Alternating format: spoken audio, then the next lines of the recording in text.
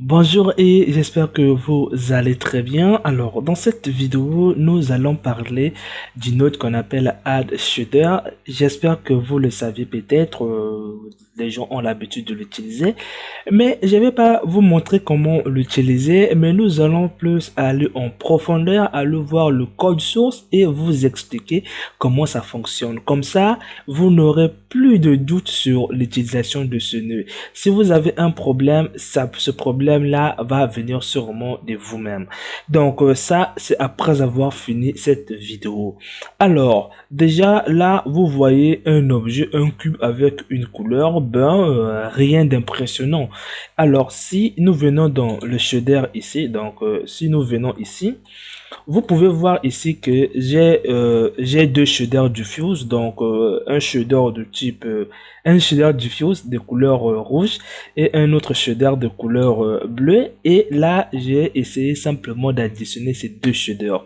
Et le résultat, c'est ce que vous voyez ici, donc couleur rouge, couleur bleue, et le résultat, c'est la couleur rose. Donc simplement l'addition de deux couleurs.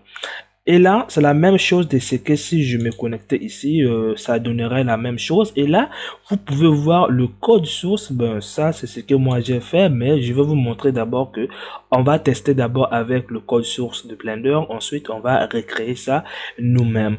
Déjà, avant d'aller loin, il est déjà mieux de mettre un peu les choses en place parce que lorsque nous allons utiliser les choses, vous allez peut-être se perdre. Donc, pour cela, je vais revenir ici. J'ai juste une question à vous poser. D'après vous, quelle est la différence entre un shader et une couleur? Vous allez me dire, mais pourquoi faire la différence? Les deux n'ont pas de relation. Bien qu'on peut retrouver la couleur dans un shader, mais d'après vous, quelle est la différence? Alors, je vais pas attendre que vous me répondez, je vais directement aller. Un shader, c'est quelque chose qui est en relation avec les propriétés des matériaux ou encore du matériau d'un objet. Donc, ça peut être la couleur, ça peut être l'ombre, ça peut être les normales, ça peut être le display, ça peut être plusieurs choses ou même des Fresnel, je sais pas quoi. Donc, tout ce qui est en relation avec la lumière ou simplement avec les propriétés d'un matériau, on peut l'appeler un shader si on le recrée. Donc, j'espère que vous comprenez. Donc, du coup, si on revient ici, donc, ce que je veux dire simplement, c'est quoi? Le nœud diffuse que vous voyez ici, en fait, ce n'est qu'une couleur. N'imaginez pas que c'est un shader. Dites-vous que ce qui sort de ce nœud ici, ce n'est qu'une simple couleur. Donc, ça, mettez ça en tête. J'espère que vous n'allez pas l'oublier. Donc, comme j'ai dit que ce n'est qu'une simple couleur, ce qui voudrait dire que on prend la couleur là et la couleur qui est là, ensuite on les additionne, on obtient une nouvelle couleur. Et c'est ce que vous allez avoir tout le temps. Que ça soit sur tout le nœud que vous allez avoir ici, ça ne sert que la manipulation de couleurs en relation avec la lumière. Donc j'espère que vous avez compris un peu. Mais vous allez me dire, mais en fait, comment on peut voir la couleur, comment on peut accéder à ça? Parce que lorsque on relâche ici et que si vous venez par exemple prendre une couleur, donc je prends RGB ici, quand vous mettez ici, vous pouvez voir ici la couleur change, vous voyez très bien, la couleur change.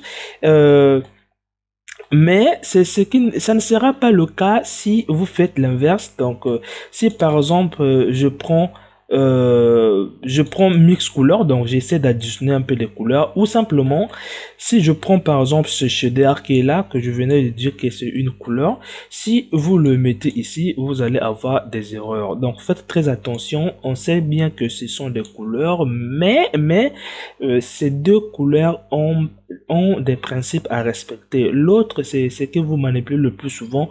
On met une couleur, c'est fini, mais il y a des couleurs qui sont fermées. Ce qui veut dire que ce sont des couleurs qu'on ne peut pas accéder. Ce sont des couleurs qu'on ne peut pas accéder. Donc là, par exemple, on nous dit qu'il faut mettre une couleur, mais là, c'est que on voit très bien qu'on ne peut pas mettre la couleur, on ne peut pas choisir la couleur et mettre. Il faudra que ça passe par un nœud et c'est ça qu'on appelle une closure. Donc ça veut dire une couleur fermée, une couleur auquel on ne peut pas accéder, ça ne peut que être accédé en transmettant l'information. Donc vous comprenez un peu. Et donc Pour cela, je vais créer un nouveau projet. Ça, c'est juste une question de vous faire la différence entre les couleurs de shader et les couleurs que vous utilisez. Je vais créer un projet ici. Une fois que nous sommes ici, nous allons d'abord aller sur le code source des shaders ici. Donc, vous avez le lien en description. Vous allez arriver directement dans cette liste. Et là, vous allez avoir ici Add Closure. Donc, des closures, comme je parlais, c'est simplement addition de couleurs. Donc là, on nous dit ajouter une closure ou simplement ajouter Add Closure. Donc, on va ouvrir le fichier source ici. Donc chez moi, ça prend un peu du temps. Alors, une fois que nous avions le fichier source, vous voyez très bien, je vais descendre ma tête ici. Maintenant, ce que nous allons faire ici, c'est de prendre ce code source qui est là, faire copier, donc clic droit, copier. Ensuite, nous allons revenir dans Blender, ici. Une fois que nous sommes dans Blender, ce que nous allons faire ici, c'est de venir dans Shader ici, et nous allons diviser ça ici. Vous pouvez même venir le mettre dans scripting, mais moi je vais déplacer scripting ici. Donc ici. Et vous allez venir prendre ici basic shader. Donc pour créer un shader, on va effacer ça et on va faire clic droit paste pour coller le code source qu'on vient de voir juste à peine. Une fois qu'on a fait, ce que vous allez faire ici, c'est de récupérer ce code source, de le ramener sur le shader editor. Donc pour cela, vous venez dans convert. On prend dans script et vous prenez script ici. C'est que vous allez faire, c'est de cliquer et de prendre simplement le nom qui correspond ici. Et maintenant, ce que nous allons faire, là, vous ne pouvez pas cliquer sur ce bouton pour que ça puisse se mettre à jour. Donc, pour ce faire, il faudra passer sur le moteur de rendu Cycle. Donc, pour cela, je vais rester ici et diminuer ici à 1. Je ne vais pas consommer beaucoup de mémoire RAM. Donc, je fais ça juste pour diminuer la mémoire RAM consommée par Eevee. Donc là, une fois que vous avez fait, mais on voit bien que ce bouton-là est devenu maintenant actif. Et maintenant, ce que nous allons faire, c'est simplement cliquer sur ce bouton. Et là, ça vient maintenant de prendre en compte le code qu'on venait de mettre ici. Et maintenant, là, on va supprimer ce nœud qui est là, principal BST. Si vous mettez ici, vous voyez toujours la couleur noire, vous allez me dire, ben, c'est parce qu'on n'a pas encore connecté les shaders. Donc là, on va essayer de le connecter pour que vous voyez un peu ce que ça va donner, mais ça va pas marcher. Alors, pour cela, on va prendre ici le shader diffuse, donc pour simplement voir les couleurs. On va mettre la couleur bleue, on duplique ici. Et je vais mettre simplement la couleur rouge. Donc je signale bien que dans la prochaine vidéo je vais expliquer le nœud qu'on appelle attribute. Donc si vous ne le connaissez pas, vous allez le voir simplement ici. Ça c'est la prochaine vidéo. Alors je vais mettre ici et je vais mettre là, et là vous voyez rien n'apparaît. En fait il y a une chose que vous devriez faire, passer simplement en viewport rendu. Donc pour cela on va venir ici et là on va attendre un peu, on va faire comme ça. Et là, la couleur est toujours noire. Vous allez me dire, mais c'est compliqué de le faire. En fait, c'est dès qu'on était passé sur le moteur de rendu Cycle, il faut en même temps cliquer sur ce bouton-là afin que ça puisse se prendre en compte. Sinon, ça va pas marcher. Alors, là, vous avez vu que le code source n'a pas été difficile, compliqué ni compliqué. On va essayer de le tester. Est-ce que ça donne le même résultat avec le nœud Add Shader? Donc, pour cela, je vais venir ici, prendre le nœud qu'on appelle ici, dans Shader, ici. Oh là, c'est quoi ça? Donc, on va venir dans Shader, on va prendre ici Add Shader ici, et là, je vais mettre ici, et je vais mettre là, et je vais me connecter, et là, vous remarquez très bien que ça nous donne le même résultat. Donc, rien de tenant jusqu'ici. Maintenant, ce que nous allons faire, c'est de supprimer ce qu'on vient de faire. Je vais maintenant vous le réexpliquer. Donc, pour cela, je vais venir faire New ici, et je vais, bon, il faut toujours prendre ici shader open shader ici. Je vais le effacer. Et là maintenant, je vais vous expliquer comment est-ce que nous pouvons maintenant recréer ce nœud shader. Et je vais vous expliquer aussi le code source. Donc pour cela, je vais venir simplement ici prendre le script. Donc ce que nous allons faire ici, le prendre ici. Donc là, on n'a rien du tout, ça va vous donner des erreurs si vous cliquez ici. La première des choses, il faudra que vous spécifiez que vous êtes en train de créer un shader. Donc pour le faire, vous allez simplement écrire ici shader et là, ça va prendre en compte que vous êtes en train de créer un shader. Maintenant, une fois que vous avez fait, vous allez donner un nom à votre shader. Par exemple, moi, je vais dire que son nom c'est add shader. Donc shader comme ça. Attention, ne mettez pas des lettres avant un nom, sinon ça va donner des erreurs. Et ne mettez pas les symboles aussi après. Alors, une fois que j'ai mis add shader, donc pour ne pas avoir des espaces, et là, ce que vous allez faire ici, c'est de fermer, de mettre donc ça dans les parenthèses que je viens de faire ici, ça sera ce que nous allons faire rentrer dans le nœud. Donc pour cela, une fois qu'on vient de faire, ça ne finit pas ici, il faudra créer les fonctions en fait, des actions que ce shader va faire. Donc nous, on va créer des actions vides, donc on va faire comme ça et faire comme ça. On va laisser ça vide, on va rien laisser, donc c'est un nœud qui ne fait pratiquement rien. Donc pour cela, on va faire ici, et là, vous remarquez bien que ça ne nous donne plus une erreur. Donc là, on peut dire que tout est bon. Maintenant, ce que nous allons faire ici, c'est de créer des paramètres qui vont entrer. Donc pour créer des paramètres qui vont entrer, vous allez le mettre à l'intérieur entre les parenthèses. Donc je vais mettre ici, et là, je pouvais écrire tout ce que je veux comme entrée. Donc pour cela, je vais d'abord avoir besoin de vous faire comprendre ce quoi d'abord des couleurs fermées et des couleurs ouvertes. Donc pour cela, je vais créer une couleur simplement. Donc c'est pas vraiment une couleur, mais une entrée de couleur. Et là, une fois que j'ai dit couleur, ça veut dire que ce sera une entrée de type couleur. Et là, je vais donner un nom. Donc je peux donner couleur ici, mais attention, ne jamais utiliser le même nom qui est là. Donc vous pouvez donner n'importe quel nom. Donc là, je vais dire que couleur 1 et qui serait égal à 0, ça veut dire que sa valeur par défaut est nulle. Donc une fois que j'ai fait, je vais recalculer et là vous remarquez bien qu'on a une entrée de type couleur. Donc vous pouvez choisir n'importe. Alors ça, c'est une couleur, tout le monde a l'habitude de le voir, tout le monde a l'habitude de l'utiliser dans Blender, mais on va utiliser d'autres types de couleurs qui s'appellent couleurs fermées.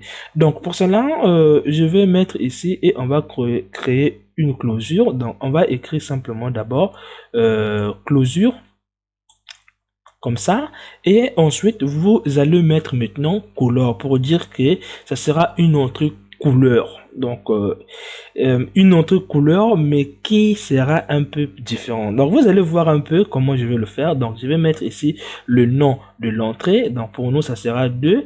Ensuite, je vais donner ça une valeur par défaut 0. Ça veut dire que lors de la création de ce nœud, on aura une valeur par défaut 0. Ensuite, une fois que je les ai fait, je vais l'exécuter et là il y a une différence qui apparaît, c'est que quoi? Vous remarquez bien que lorsque j'ai ajouté cette ligne, automatiquement on a une entrée de couleur, mais on ne peut pas mettre la couleur. Et c'est ça la différence entre une couleur ouverte et une couleur fermée. C'est que une couleur ouverte qu'on appelle simplement couleur ici, vous pouvez mettre la couleur comme vous le voulez, choisir. Mais en fait, la couleur qui est là, c'est la couleur qui se transmet de node en node. Donc, j'espère que vous comprenez.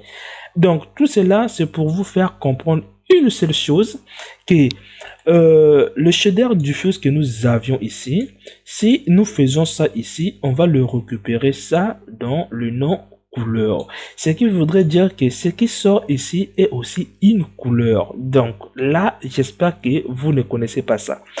Alors, donc, c'est pour vous simplement vous dire que quand vous allez avoir des couleurs, par exemple là c'est normal, c'est un vecteur, tout le monde sait des vecteurs, mais vous remarquez bien qu'on ne peut pas saisir un vecteur, ça veut dire que c'est une closure de type vecteur, donc ça veut dire qu'on ne peut pas saisir. Donc là, j'espère que vous comprenez bien que diffuse ici nous donne en sortie une couleur. Donc là, lorsque vous faites ici diffuse plus diffuse, c'est simplement couleur plus couleur. Donc ceci, ça permet d'additionner que des couleurs et vous allez obtenir une couleur. La preuve en est que si par exemple je viens ici, vous prenez RGB et que vous mettez ici, si je change, vous voyez bien que la couleur change, mais vous allez, si je mets un rouge ici, vous allez voir que la couleur change. Si je mets ici comme ça, vous voyez très bien que la couleur a bel et bien changé. Donc, j'espère que vous avez compris que ce qui est ici et ce qui est là, en fait, c'est la même chose, ce sont des couleurs. Donc, vous n'allez plus vous tromper, mais attention à ne pas les manipuler ensemble. Donc, faites très attention. Si par exemple, je prends le shader là, je mets à la place de couleur, ça va pas marcher. Parce que quoi, une couleur ne peut pas rentrer là. Donc, faites très attention. Attention. Maintenant, une fois que je vous ai expliqué un peu la notion de closure et la notion de couleur, on va maintenant créer maintenant ce que nous voulons faire. Donc, pour cela, je vais tout effacer et je vais recommencer à 0. Donc, on va supprimer ce nœud qui est là. On va remettre les deux couleurs. Ici, l'autre ici et l'autre là. Maintenant, nous allons faire ici, on va créer deux entrées, donc des entrées de shader, deux entrées de couleur simplement aussi. Mais attention, il faut pas que ça soit accessible par tout le monde. Donc, il faut que ça soit quelque chose qui ne peut être accessible dans le code source. Donc, pour cela, on va écrire ici closure, ici. Closure. Attention, j'ai fait une erreur. Closure. Là, ça a reconnu que ces closures existent bien. Et là, on va créer maintenant une couleur. Donc, closure, ça peut être une valeur, ça peut être un vecteur, ça peut être une couleur. Donc, ça peut être n'importe quoi aussi. Et là, nous allons donner le nom de ce qui va entrer. Ça va avoir le nom de couleur 1. Et là, on va donner la valeur 0, comme ça. Et on va cliquer ici. Donc là, vous voyez bien qu'on a un nom qui est apparu. Et on va encore créer une autre entrée qui va s'appeler aussi closure de type couleur. Et on va donner un nom qui va s'appeler color 2, donc n'importe quel nom. Et là, je vais venir ici cliquer et là, j'ai le nom. On va maintenant créer une sortie. Ça veut dire quoi? Une fois qu'on va faire l'addition, il faudra qu'on puisse avoir une sortie. Donc, ce n'est là de nous donner au moins le résultat. Donc, pour cela, la première des choses, vous devriez indiquer que ce que vous êtes en train de créer, donc là, ok. Ce que nous sommes en train de créer, en fait, c'est une sortie. Donc, en fait, bien que c'est un nom qu'on va donner, que ce soit une couleur, mais ça soit pas une entrée, mais plutôt une sortie. Donc, les entrées, on met rien, mais les sorties, on met simplement output. Donc, ici, output, ici. Une fois que vous avez mis output, on va dire que c'est une couleur qui va être considérée comme un shader, que tout le monde sait que un shader. Donc, on va dire ici closure, ici. Donc, on va dire closure et on va dire que bien que c'est une closure que tout le monde ne peut pas le toucher, on va maintenant dire que c'est une couleur qui sort. Donc on va dire ici output closure color et on va donner le nom de la sortie. Donc moi je vais donner ça le nom comme étant la sortie ici. Et là, je vais venir ici. Et là, vous voyez bien qu'on a une sortie de type couleur. Et donc là, quand vous voyez la couleur verte ici, ça veut dire que vous ne pouvez pas reconnaître si c'est quoi ça, si c'est une valeur ou une couleur. Maintenant, une fois qu'on a fait, on a deux entrées qui sont là et on a une sortie qui est là. Ce que nous allons faire, c'est de prendre cette entrée plus cette entrée égale à la sortie pour que ça sorte. Donc pour cela, rien de très difficile. On va écrire ici sortie, qui sera égal à quoi? Qui sera égal à la première entrée, donc color, color ici, color 1, plus, donc color 1 c'est simplement ce que vous voyez ici, color 1 plus cette couleur. Donc rien de très difficile, on est en train de dessiner juste les couleurs. Donc là, on va encore prendre ici color 2. Ici, et n'oubliez pas de mettre point virgule pour respecter la syntaxe du langage C++. Donc on va venir ici et là rien n'a changé, mais en fait vous venez de donner ça un rôle. Je vais d'abord faire une chose. Qu'est-ce qui va se passer si je mettais rien comme ça? Je pense qu'il y a quelque chose qui vient ici. Donc je vais faire comme ça et le effacer et je vais réexécuter. Si je prends les deux nœuds, je mets ici, et que je prends les deux nœuds, je mets ici aussi, et que je mets ici, c'est noir. Quelque chose qui rentre n'a pas de relation avec quelque chose qui sort. Donc là, il n'y a rien. Maintenant, si on remet maintenant notre code, donc si on remet le code que nous avons eu à faire ici, et que on exécute ici, si vous mettez la couleur ici. Donc, si vous mettez la couleur ici et la couleur là, et maintenant, on va prendre notre couleur, on va le mettre sur la surface et là, on obtient bien évidemment une couleur. Donc, c'est parce que quoi? La couleur de l'entrée et la couleur de sortie a été additionnée ici et là, la sortie devient égale au résultat des deux additions et on aura ça en sortie ici.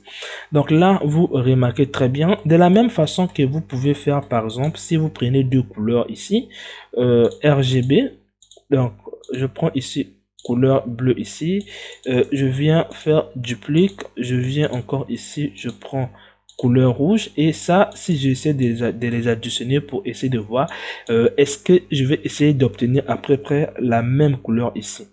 Donc là, les additions de couleurs, on utilise Mix Shader, ce n'est pas pour faire la transparence, mais c'est pour additionner les couleurs. Donc ça contient toutes les opérations de couleurs.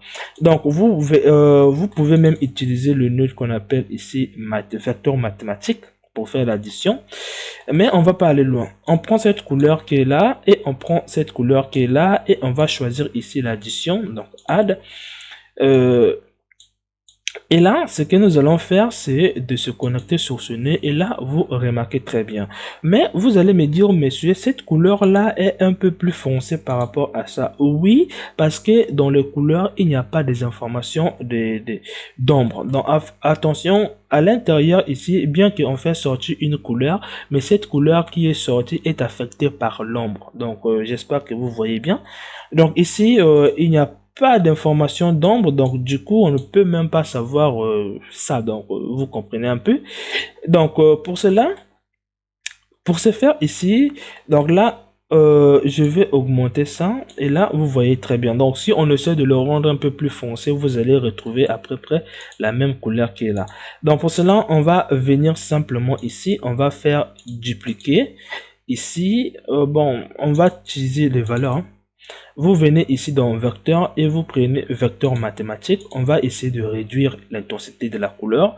Donc là, si vous prenez ici division, donc ici division par une valeur, comme ça, vous voyez bien que là, l'intensité est en train de se réduire. C'est comme si on affecte un peu l'ombre. Donc ça, c'était juste pour vous faire montrer que ça réagit à peu près de la même façon qu'on additionne les couleurs. Alors, j'avais quelque chose aussi à vous faire montrer, c'est lorsque on fait une couleur par lui-même encore. Donc si dans Add Shader ici, vous allez remarquer que si je prends la même couleur, je mets ici, je vais obtenir la lumière un peu plus. Donc si je fais comme ça, vous voyez très bien, j'ajoute. En fait, les deux couleurs s'additionnent. Simplement, ça traduit simplement que leur intensité de lumière va augmenter. C'est de la même façon que nous allons avoir ici. Si nous prenons cette couleur, nous mettons ici et que nous faisons ici, nous allons avoir la couleur qui est là avec une intensité 2 fois plus que ce qui était avant. Donc l'intensité de la couleur qui est là, en fait cette couleur est 2 fois plus que ça. C'est parce que la même couleur plus la même couleur, ça donne 2 fois la même couleur. Donc j'espère que vous avez compris un peu comment utiliser le node Add Shader. Mais je suis sûr que vous allez vous poser la question, mais en fait moi-même je sais que tout le monde n'a pas l'habitude de manipuler des couleurs. Donc je parle de faire des opérations avec des couleurs.